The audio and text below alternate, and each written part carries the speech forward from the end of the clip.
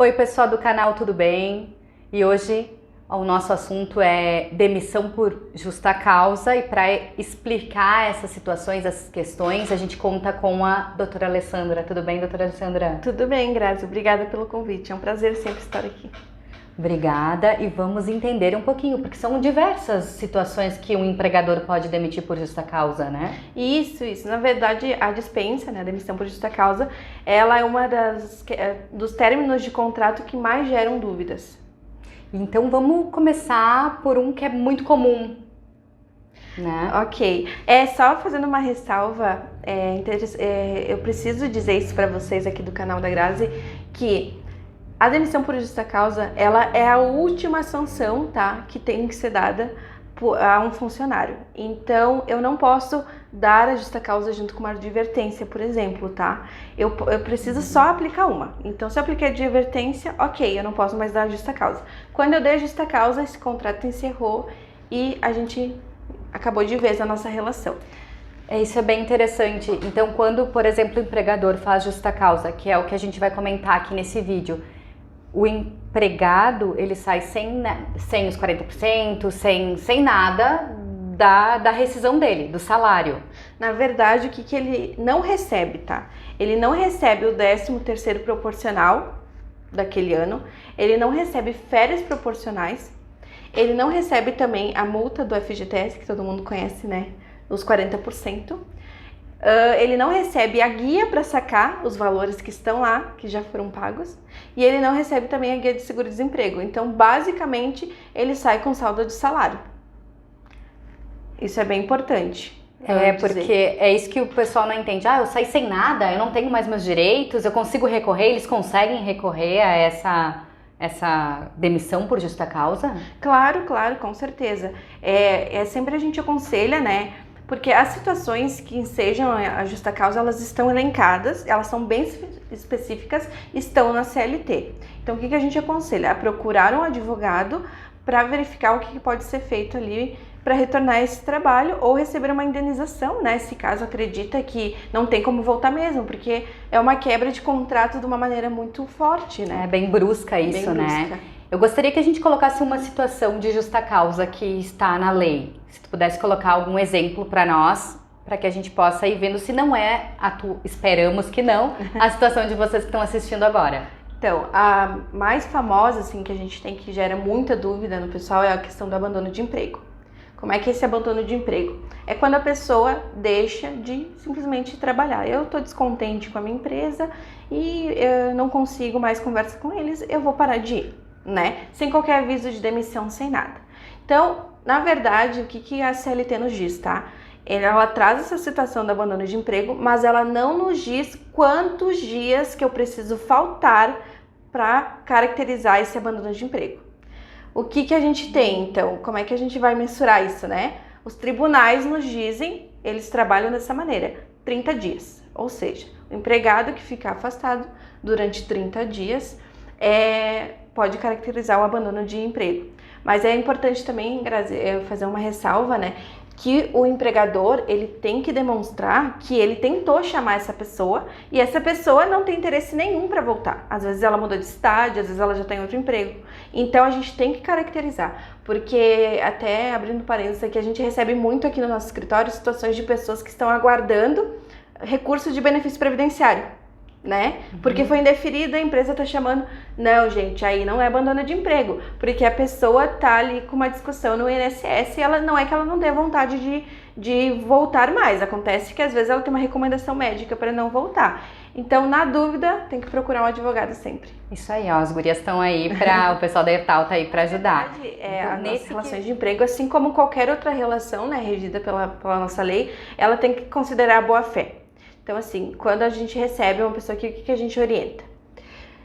Bom, doutora, olha só, eu tenho aqui um atestado médico que diz que eu não posso trabalhar, o INSS negou meu benefício e a empresa está pedindo para eu voltar, mas o meu médico não deixa.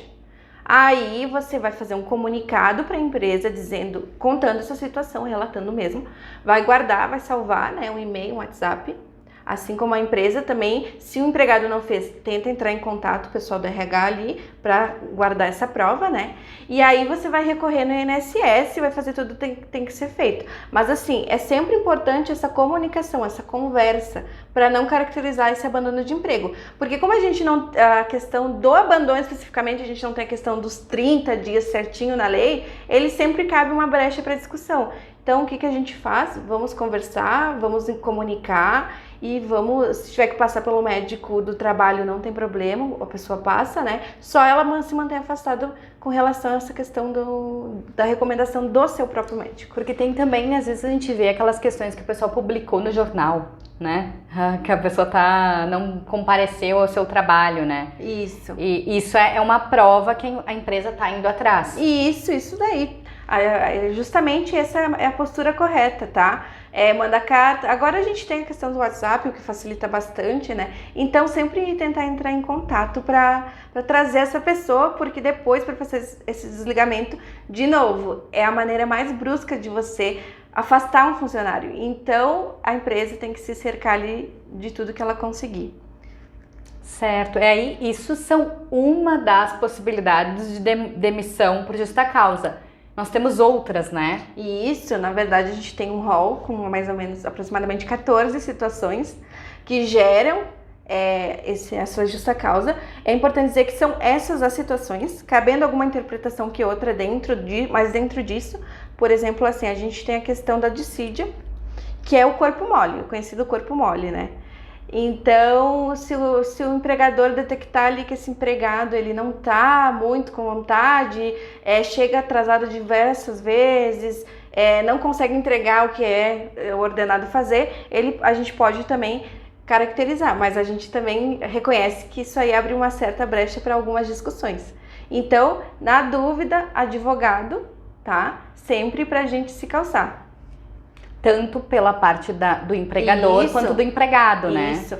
Outra situação também que eu acho interessante falar é a questão da indisciplina e subordinação do empregado, né? O que é indisciplina?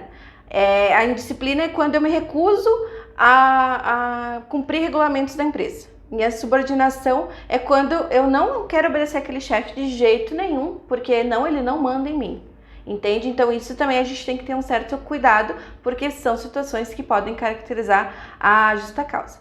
Até, Grazi, se tu me permite, só quero fazer um comentário que agora na CLT a gente não precisa que seja movida uma ação trabalhista para a gente fazer essa justa causa, tá? O empregador, ele vai imediatamente, comunica o empregado e faz o desligamento. Não precisa nem assinar no sindicato mais. Ah, mudou tá? Então. Isso. Antes a gente tinha para qualquer tipo de dispensa, né, a obrigação de ir para o sindicato, agora a gente não tem mais. E só uma ressalva que quando se trata de empregado com garantia, que é o pessoal ali que é vinculado ao sindicato, né, a esse tipo de garantia, aí a gente tem que ter um inquérito para fazer. Aí é um inquérito na Justiça do Trabalho. Que daí seria o pessoal filiado ao sindicato, aquele pessoal que é chamado para ser representante dos empregados. Okay. Que tem a votação e tudo mais, vocês sabem, né? Então essas pessoas elas têm uma garantia por lei de emprego, que elas não podem ser dispensadas. Então, essas pessoas, se cometerem a justa causa, alguma situação de justa causa, tem que abrir inquérito lá na Justiça do Trabalho, dentro de 30 dias, para conseguir dispensar elas. Tá. Tem uma situação nova que a gente estava comentando aqui nos bastidores, que é aquela pessoa que é motorista, né? Isso. Com a reforma, na verdade, vem essa nova questão. O que acontece?